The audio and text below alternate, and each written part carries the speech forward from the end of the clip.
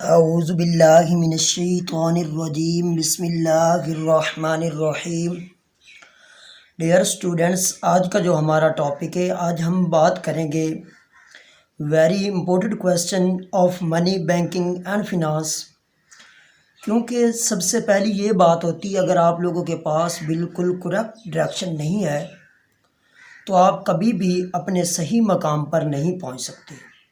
तो इसके बहुत ज़्यादा क्वेश्चन है मनी, बैंकिंग, फिनांस के, तो मैंने सोचा क्यों ना इसके कुछ वेरी इंपॉर्टेंट क्वेश्चन निकाल लिए जाएं ताकि स्टूडेंट्स को हेल्प आउट हो सके।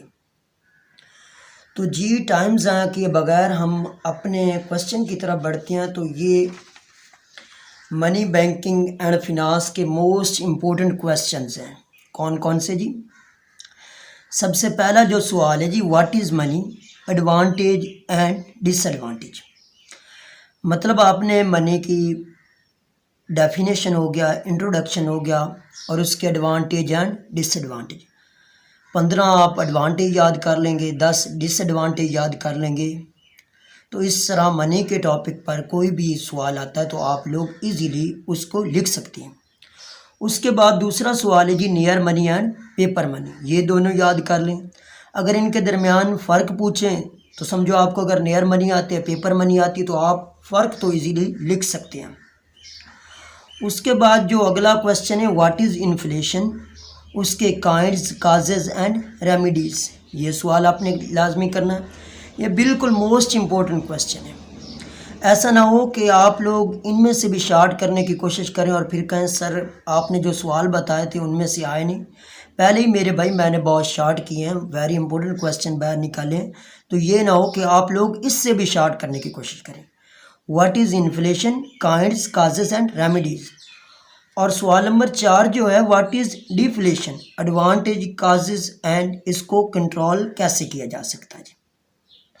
उसके बाद अगला जो सवाल है जी, ट्रेड साइकिल, एडवांटेज और इसके फेजेस। उसके बाद अगला क्वेश्चन है जी, व्हाट इज़ बैंक, इसकी क्लासिफिकेशन, स्कोप एंड फंक्शंस। उसके बाद काइंड्स ऑफ बैंक अकाउंट।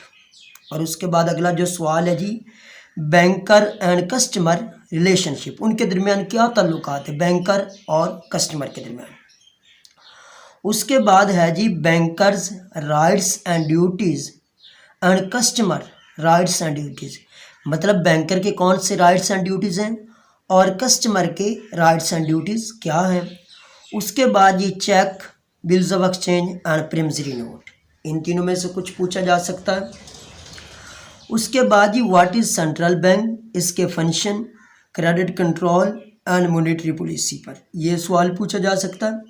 मतलब उसके बाद role of central bank in economic development.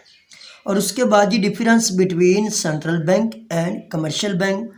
उसके बाद ही नेशनलाइजेशन, एडवांटेज एंड डिसएडवांटेज। मतलब नेशनलाइजेशन की डेफिनेशन, उसके एडवांटेज एंड डिसएडवांटेज। इसी के साथ एक और सवाल भी कभी कभी पूछ सकता है, प्राइवेटाइजेशन। अगर वो पूछता है तो उसकी डेफिनेशन याद कर लेना। इसके जो एडवांटेज हैं उसके डिसएडवांटेज हो जाएंगे, जो इसके डिसएडवांटेज हैं वो प्राइवेटाइजेशन के एडवांटेज हो जाएंगे।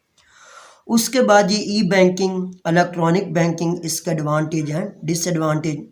उसके बाद ये बिजनेस फिनांस, इसके एडवांटेज एंड काइंड्स।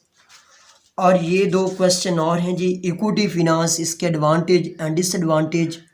और उसके बाद इंटरेस्ट फ्री मोड्स के टाइप्स आपने याद करनी है। तो जी डियर स्टूडेंट्स, ये बिल्कुल 18 सवाल मैंने निकाले हैं। तो आप लोगों को ये टॉपिक कम से कम अच्छे से एक दफ़ा रीड आउट किए हों, तो ताकि कहीं से भी इन टॉपिक के रिलेटेड कोई सवाल आता है, हो सकता है कोई मतलब जहाँ आपको इक्विटी फिनांस का लफ्ज़ नज़र आता है, आपने डेफिनेशन लिखनी और उसके कम से कम आप उसके बारे में लिख सकते हैं, क्योंकि आप लोगों ने ये टॉपिक एक दफ़ा रीड आउट किए हुए हैं, याद किए हुए हैं। इससे अगर तो पेपर हट कर नहीं आता, ये होता भी लफ्ज़ों की चेंजिंग करता है, स्टूडेंट्स परेशान हो जाते हैं कि ये पता नहीं कहाँ से पेपर आ गया।